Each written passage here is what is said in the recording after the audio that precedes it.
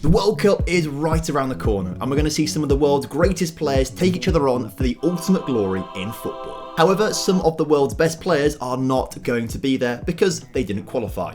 Players like Erling Haaland, Mohamed Salah and Jan Oblak. So today I've got all of the best players in the world who won't be at the World Cup, and I've put them into one nation. And we're going to see if they can actually win the World Cup combined together. The nation we're using is Ghana because they have qualified for the World Cup, but they have the lowest FIFA ranking out of all of the teams qualified for this year's World Cup. Now the best players not going to the World Cup are heavily weighted towards attacking positions. So actually I made the best 35 players in the world not going to the World Cup available for selection for this Ghanaian team, and the manager has only actually picked 24 of them. 2 actual Ghanaian players have made it into this team somehow. You've got Benjamin Tete, who is currently a player for Hull, so he's been picked. Congratulations to him, 7 caps in real life. But also 25 caps for Richard Afori, he's been picked as well. Which must be gutting for Handanovic, who's not been picked for the World Cup. But the rest of the team for this experiment looks like this. It's sorted by current ability, and Erling Haaland has currently got the highest current ability in this team.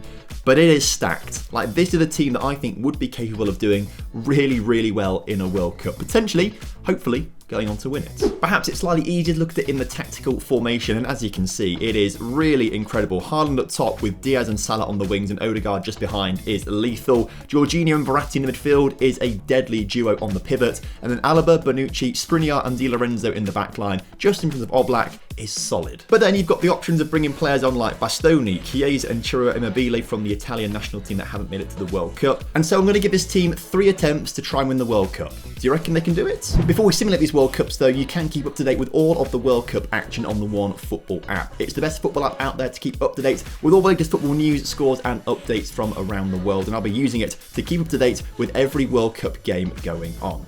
You can download it for absolutely free from the top line of the description, and doing so really helps me and the channel out. So Ghana have not got an easy group. They're in a group with Portugal, Uruguay and South Korea. It's going to be really difficult for them to get out of it, but hopefully this team are going to be good enough. And in attempt number 1, they were good enough. As you can see, they won their group, winning 2 games and losing 1. So how did they get on? They beat Portugal 3-0 there. Alaba, Salah and Jorginho getting the goals. They then lost 2-0 to Uruguay, Darwin Núñez there with the brace in that game. But then they beat South Korea 4-0. So congratulations to them. Let's see how they get on in the second round then. And Ghana lose to Brazil, which is fair enough maybe. That's a very tough second round draw. How did they get on in that game? Was it a bit of a pummeling from Brazil? It was actually really even looking at these match stats, as you can see. Osimhen got the goal off the bench there for Ghana, but Neymar and Hulk's first half goals was enough, and Chiesa being sent off didn't really help them out much at all. I think a very unlucky attempt there for Ghana. And in the end, Brazil actually went on to go and win the World Cup, beating Croatia in the final, so another final loss there for Croatia. Harry Kane got the golden boot though, which is nice to see, and Jules Koundé ended up as the top assister in the tournament. So let's look at attempt number 2. This time, Ghana comes second in the group behind Portugal, so might get a different draw for the knockout stages going forward. But let's see how they got on. They drew to Portugal, so that's where the 7 points came from there. Getting a draw against Portugal, both teams with a penalty, before they beat Uruguay 2-0 this time, and then South Korea 3-0 with Haaland getting a goal in that game. Not bad going. If we look into the second round then, this time Ghana have lost to Switzerland.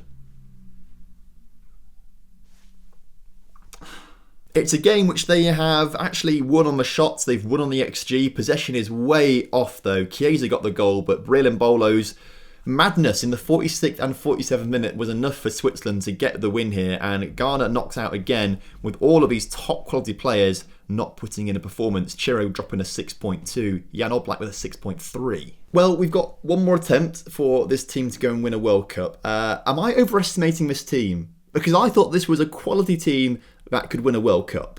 I mean, France just beat Argentina in the final. Mbappe with 13 goals across the tournaments.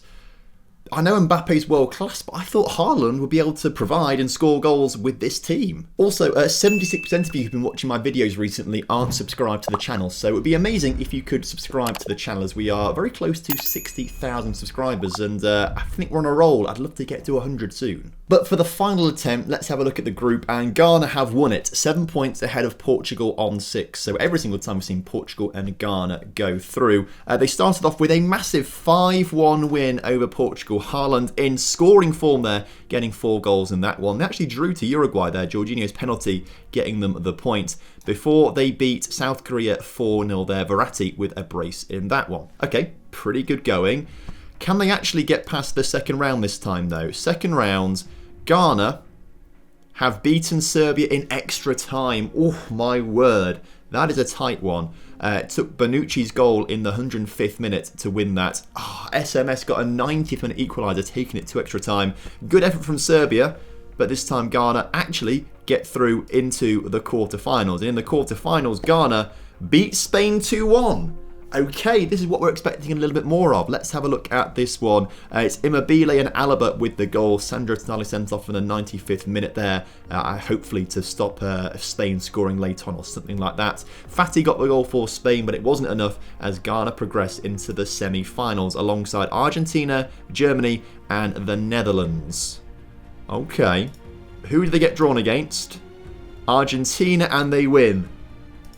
They've got to a final. Salah's goal in the 25th minute was enough in a demolition job against Argentina. They really are doing some counter-attacking football though by looks of things. 31% possession, that's all they had. And yet they had 17 shots to the 5 of Argentina. That's wild. Interestingly, I don't think Haaland's actually scored since he got his 4 goals in the opening group stage game. That's really quite poor for him, to be fair. What about the final though? They're taking on the Netherlands, who beat Germany 1-0. Will they go on to win it?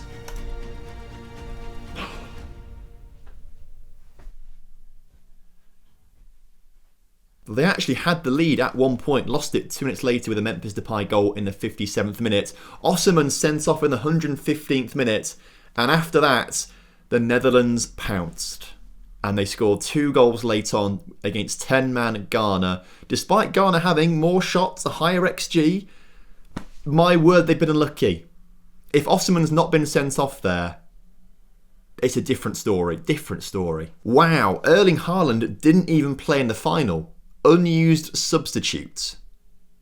Chiro started the game, obviously got his goal in the 7th minute. Osimhen came on as a sub. Haaland didn't even get a touch of the ball in the final. To be fair, it's not a bad attempt from this team of players who won't be going to the World Cup, but I think if we'd done a few more simulations, they might have actually won one. Oh, but look at that. Brennan Johnson got the golden boot, and that's significant because Brennan Johnson did used to play for Lincoln City, and that's my team. So what I think we're going to use as conclusive evidence from this experiment that a former Lincoln City player is going to win the golden boots. That'd be amazing. They actually got knocked out in the group stages, but Brennan Johnson just scored every single goal in the group. Amazing. So 3 World Cup simulations done in this experiment, but if you want to see 100 simulations done in an experiment to find some conclusive proof as to who's going to win the World Cup this winter, there's a video on screen for you right now to watch.